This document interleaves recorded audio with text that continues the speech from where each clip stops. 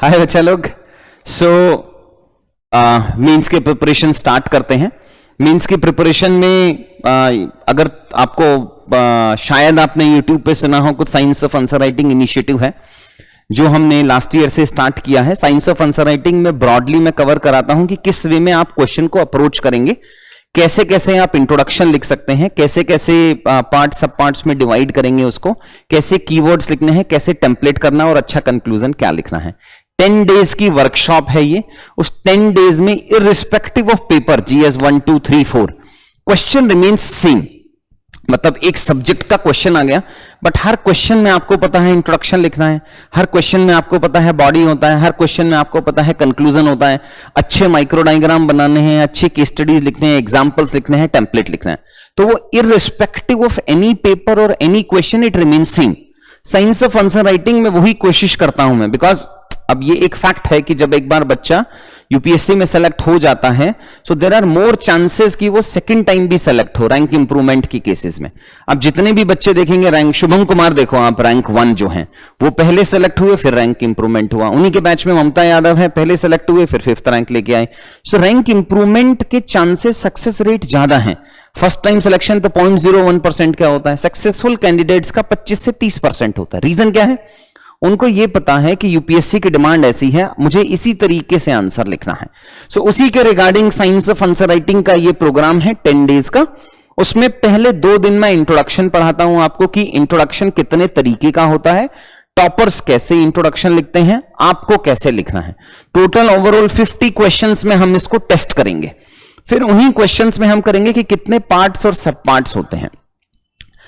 कुछ parts of questions तो UPSC directly पूछ लेता है, जैसे what do you understand by, मतलब Arctic Council and India's steps taken by India for pollution control, ऐसा करके कुछ पूछ लिया। या पूछ लिया कि फूड प्रोसेसिंग के इंडिया में चैलेंजेस क्या हैं और फूड प्रोसेसिंग के गवर्नमेंट इनिशिएटिव्स क्या हैं, ये एक पार्ट पूछ लिया।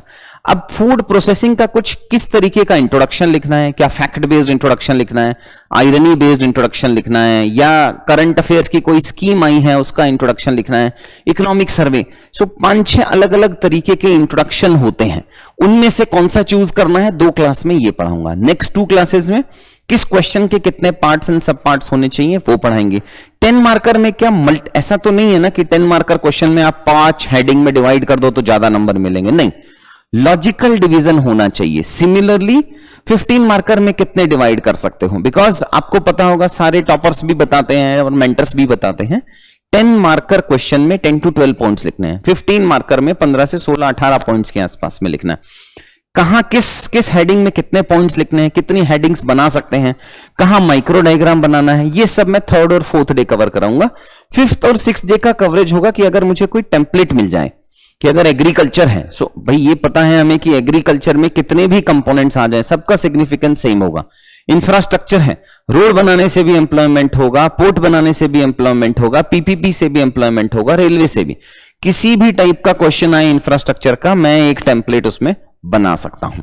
सो 5th और 6th day template based body के पार्ट्स में आएंगे। फिर नेक्स्ट डे पे कंक्लूजन्स आएंगे, 7th एंड 8th डे कैसे कंक्लूजन, कितने टाइप का कंक्लूजन, वही 50 क्वेश्चंस में। वर्कशॉप का मतलब ये है आप क्लास में आएंगे, आपको बुकलेट मिलेगा, आपको यहीं बैठ के लिखना है। मतलब वो हैंड्स ऑन एक्सपेरिमेंट होगा। शुरू के 10-15 क्वेश्चंस में समझाऊंगा कि ये टॉपर्स ने कैसे आंसर लिखे हैं, उसके बाद में आप क्लास में बैठ के पीयर कंपैरिजन के हिसाब से उसको लिखेंगे। और आखिरी के 2 दिन में फुल लेंथ देखेंगे और एक एथिक्स की क्लासेस में हमने रखी है पीयूष सर की। सो ये साइंस ऑफ आंसर राइटिंग का इनिशिएटिव है। 8th जून से हम इसको स्टार्ट कर रहे हैं। अगर आपको कुछ जो टॉपर्स के हैंडआउट्स एंड ऑल डाउनलोड करने हैं, सो डिस्क्रिप्शन में हमने लिंक दिया है कि पहले बच्चों ने कैसे साइंस ऑफ आंसर राइटिंग लिखा था, कैसे बेनिफिट हुआ है उनको, कैसे पॉइंट फॉर्मेट में करा सकते हैं, एटसेट्रा।